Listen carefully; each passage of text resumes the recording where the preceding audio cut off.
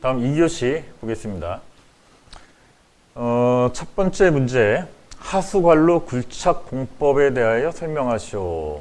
이렇게 출제가 됐는데, 자, 하수관로 개보수 관련 문제죠. 자, 우리 하수관로를 개보수를 할 때 굴착 공법과 비굴착 공법으로 나눠진다라고 했습니다. 자, 굴착 공법은 말 그대로 굴착을 해서 개보수를 해야 되는 상황, 즉 구배가 뭐 역구배라든가 구배에 문제가 있다라든가 또는 이상 관로다,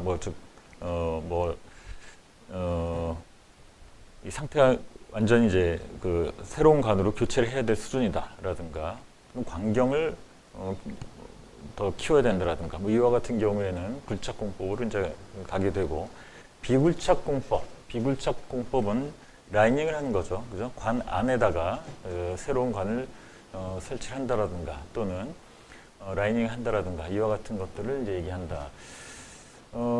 하수관로 개보수 문제도 우리 수업 시간에 뭐 자세히 다루는 내용이고요. 113회 포함해서 10번 출제가 됐습니다.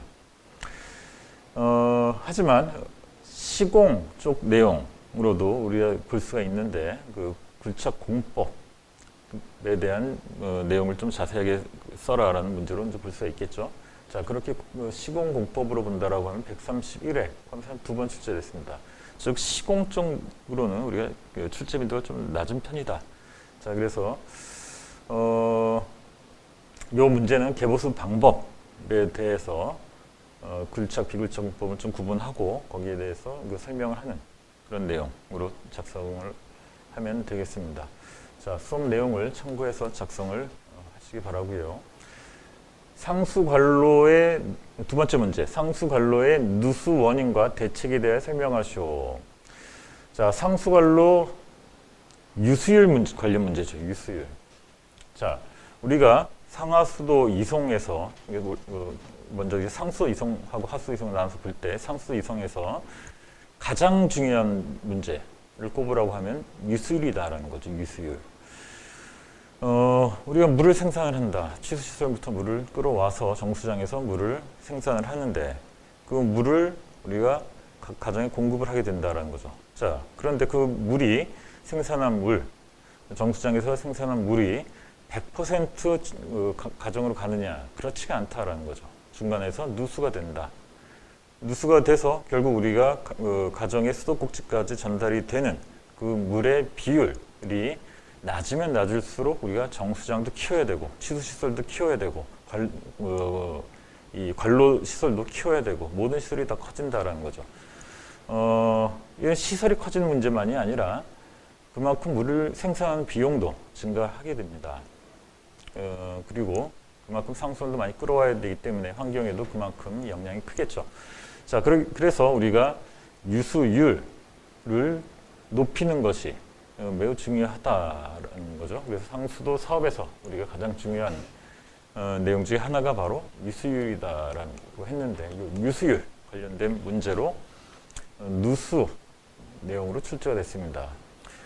37회 출제는 매우 높죠, 그죠? 자, 37회 출제는 핵심 문제다.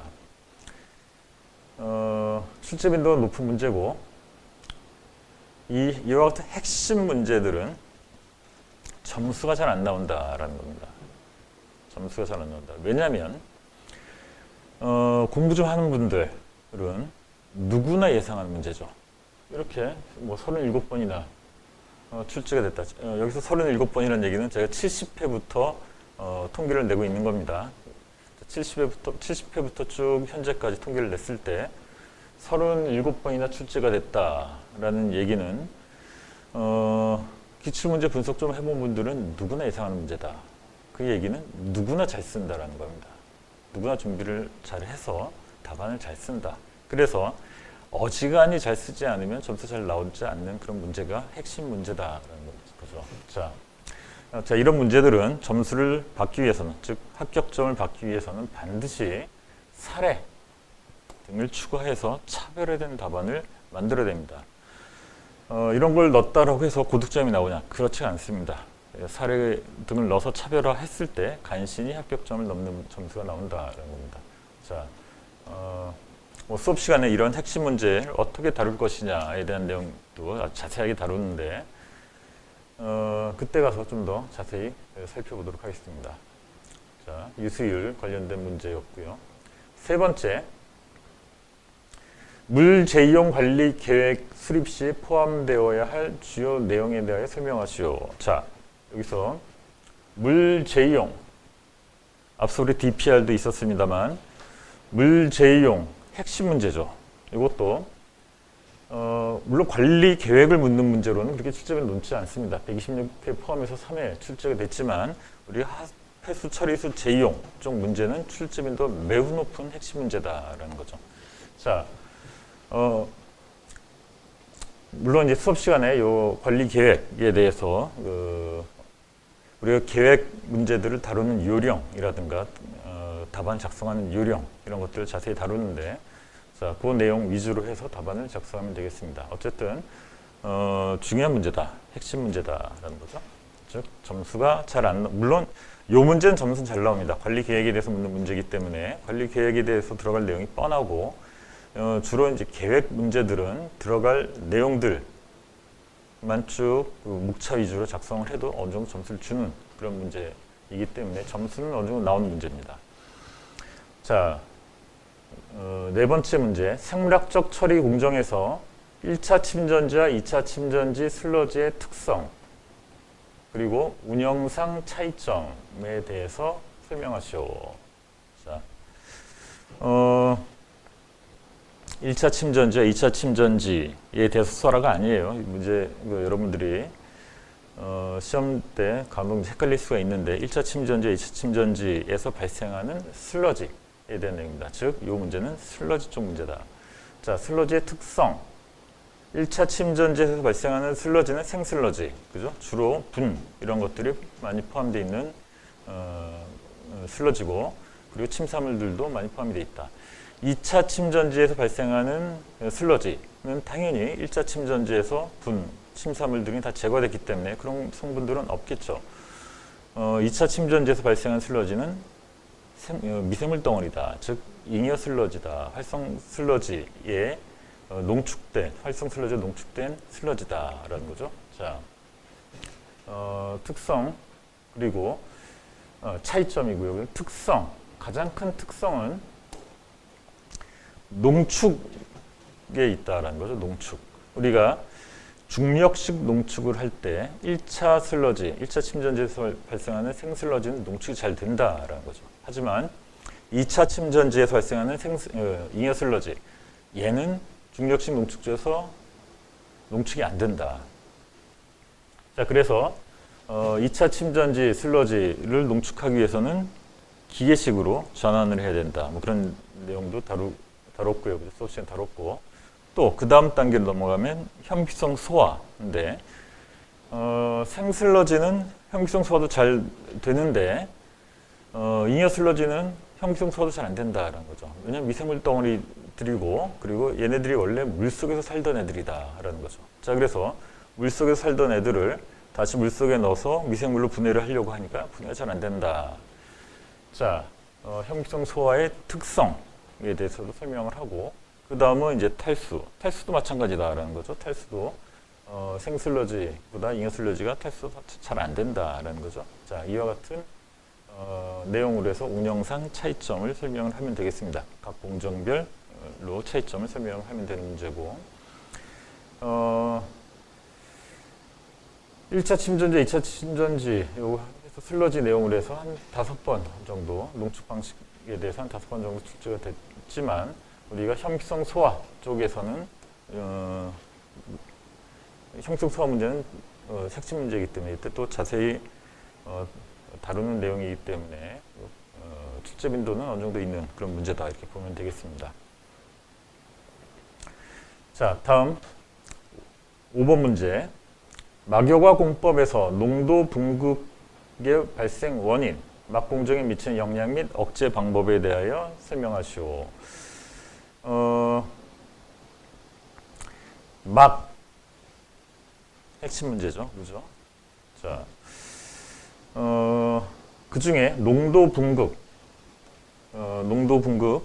대한 정의를 쓰고, 그 다음에 농도 분급이 발생 원인, 그리고 막 공정에 미치는 영향, 그리고 이 농도 분급 포함해서 막 오염에 대한 내용을 쓰고, 그 다음에 억제 방법, 물론 여기 이 농도 분급의 억제 방법에 대해서 묻는 문제입니다만, 막 오염에 대한 억제 방법 전체 내용을 해서 쓰고, 막 세척 방법 이런 내용까지 포함해서 쓰면 되는 문제입니다.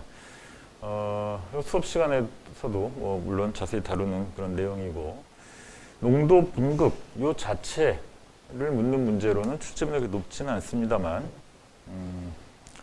이번에 출제가 된 문제다라는 거죠. 자, 어쨌든 핵심 문제다. 예상 문제로 되어 있습니다만 막 자체는 핵심 문제다.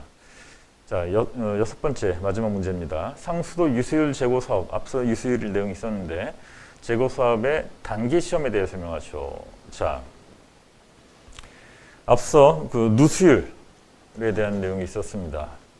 자, 그러면 누수율이란 얘기는 우리가 이송 과정에서 얼마나 물이 밖으로 새 나가느냐, 그 누수량을 측정해야 하는데, 그 누수량을 측정하는 방법이 두 가지가 있다는 거죠. 직접법과 간접법 두 가지가 있다. 직접법이라고 하면 전부 다 우리 각 그 배수구역에 한 배수 블록 안에서 그 가정의 전부 단수를 하고요. 자, 단수를 공지를 하고, 그 다음 밸브를 인입 밸브, 그 다음에 그 유출 쪽 밸브를 닫고, 그 다음에 그 유량계로 누수량을 측정을 하면 누수량을 알 수가 있겠죠. 자, 이 방법이 바로 직접법이 된다. 누수량을 가장 정확하게 측정을 할 수는 있겠습니다만 민원이 엄청나게 발생을 하겠죠, 그죠? 단수에 따른 민원이 발생하기 때문에 이와 같은 직접법으로 우리가 누수량을 측정하는 것은 어렵다, 좀 곤란하다라는 거죠. 자, 그래서 다른 방법으로 간접법을 쓸 수가 있다. 즉 단수를 하지 않고 심야 시간대, 즉 물 사용량이 가장 적은 시간대에 유량을 측정한다. 그러면 그 안에는 가장 그 심야 시간대에 베이스가 되는 물 사용량, 최소 사용량에다가 추가로 누수량이 합쳐진 유량을 우리가 측정할 수가 있다. 자, 그 값을 가지고 우리가 그 베이스가 되는 최소 유량은 예측을 하고, 그 나머지 누수량을 가지고 우리가 평가를 할 수가 있다라는 거죠. 즉, 그 최소 유량하고 그 다음에 누수량 합친 그 유량을 가지고 우리가 평가를 하는 방법이 바로 이 간접법으로 우리가 야간 최소 유량 측정법이 되는데, 자, 이와 같이 야간 최소 유량 측정을 할 때 우리가 단기 시험을 할 수 있다라고 했습니다. 단기 시험, 즉 밸브를 단계적으로, 제수 밸브를 단계적으로 개폐를 하면서 전체 이 블록에 대해서 평가하는 것이 아니라 그 안에서도 또 소블록별로 우리가 평가를 할 수가 있는데, 자, 그렇게 함으로써 직접 누수가 발생하는 위치도 좀 더 정확하게 알 수가 있고, 그리고 그 이상 관로 또는 잔존 관로라든가 잔존 관로의 유무라든가 이런 것들도 우리가 알 수 있다. 자, 이게 바로 단기 시험이다라고 했는데, 자, 수업 시간에 자세히 다루고요. 이것도 유수율 관련 문제이기 때문에 핵심 문제죠. 자, 출제빈도 매우 높은 문제다. 유수율 관련된 내용을 답안 작성할 때 단기 시험이 반드시 들어가야 됩니다. 사례 등을 포함해서 차별화된 답안을 작성하시기 바랍니다. 자, 다음. 그래서 2교시 전체적인 내용을 보면, 자, 6문제 모두 수업 시간에서 다루는 내용, 또는 답안 클리닉, 또는 포커스 캠프에서 다루는 내용들에서 출제가 됐다. 그리고 그 안에서도 핵심 문제들이 다수 출제가 됐기 때문에 여러분들이 네 문제를 이 시험에서는, 이 교시에서는 정말 자신 있는 문제들을 골라 써야 되는 그런 교시였다, 이렇게 볼 수가 있겠죠. 제가 수업 시간에도 또 자세히 설명을 드리겠습니다만, 자, 이런 경우 어떤 문제를 손대야 되느냐 고민을 안 할 수가 없죠, 그죠? 다 아는데, 내가 다 자신 있게 쓸 수 있는데 어떤 문제를 써야 되느냐. 자, 점수가 잘 나오는 문제 위주로 써야겠죠, 그죠? 그럼 점수가 잘 나오는 문제는 어떤 문제냐? 즉 점수가 안 나오는 문제를 배제를 시켜야 된다. 점수가 안 나온 문제들 바로 핵심 문제입니다.